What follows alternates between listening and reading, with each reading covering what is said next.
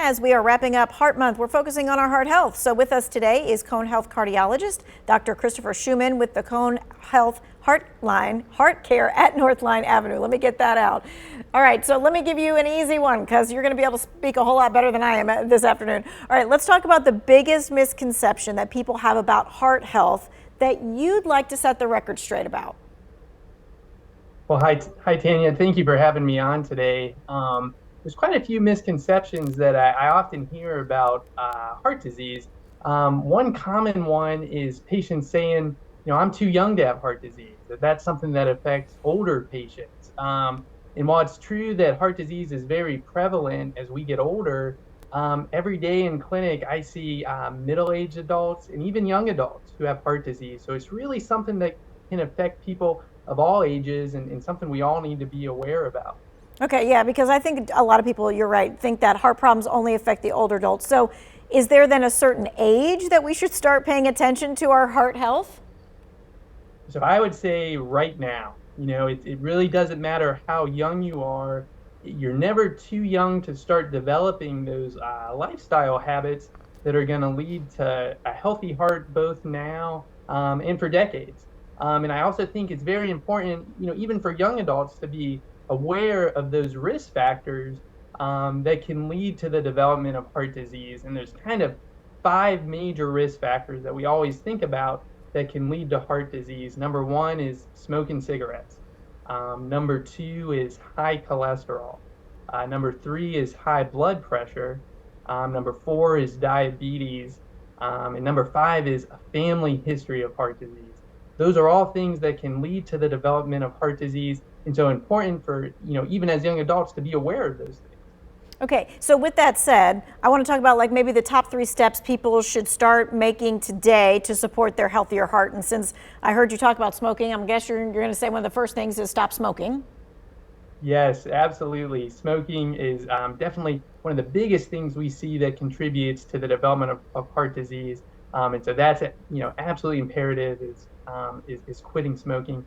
Other things I would say, number 1, exercise. Getting regular exercise is so important. We always advocate getting a minimum of 30 minutes of exercise 5 days a week. And, it's not that you need to be running or swimming laps for 30 minutes, but just getting a brisk 30-minute walk in 5 days a week is the goal for exercise. Then another thing I would say is diet. Diet is so important, and we advocate a heart healthy diet that involves, avoiding the red meats, the processed meats, limiting salt and sugar and alcohol intake, and then a diet that's rich in fruits and vegetables and whole grains, and the good proteins like nuts and fish. So diet is also super important. And the last thing I would say is just having a good follow-up with your doctor. So establishing care with, either your primary care doctor or your cardiologist, and following up regularly and being screened for those risk factors we talked about that can lead to heart disease. So, having your blood pressure checked, screening for high cholesterol, screening for diabetes, those things are so important. Yeah, and we've talked to other doctors before about how blood pressure and stuff like that, a lot of times you don't know you have high blood pressure because you don't think you feel bad. Absolutely, absolutely. You can be totally asymptomatic and think, and I think a lot of people fall into that trap of thinking they don't need to follow up with a doctor because they feel fine. But often those things like high blood pressure, high cholesterol, diabetes, you may have no symptoms with, and that's why it's important to get checked out. Okay, well, let's take this angle part of it. What about the people who have that family of heart disease? They have that history there. What additional measures should they be taking?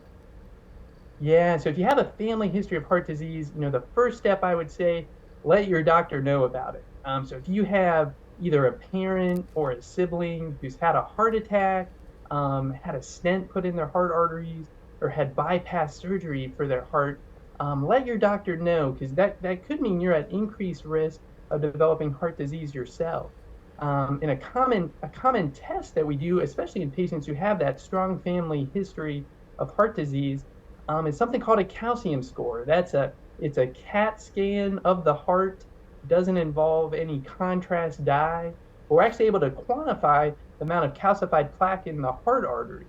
And that can help guide us in terms of how aggressive to be in terms of managing those risk factors for heart disease in determining, who would benefit from being on on medications like aspirin or statin to decrease the risk of having a heart attack.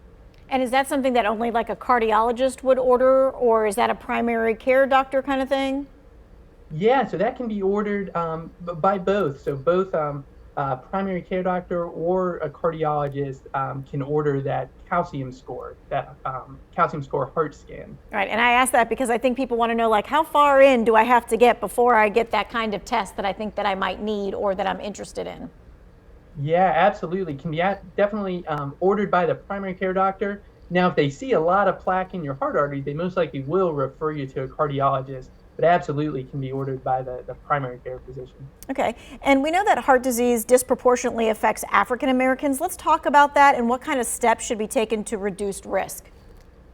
Yeah, that it is true. African Americans are about 30% more likely to die of heart disease than white Americans, and they're about 40% more likely to have high blood pressure and 60% more likely to have diabetes. And they're more likely to develop heart disease at a younger age.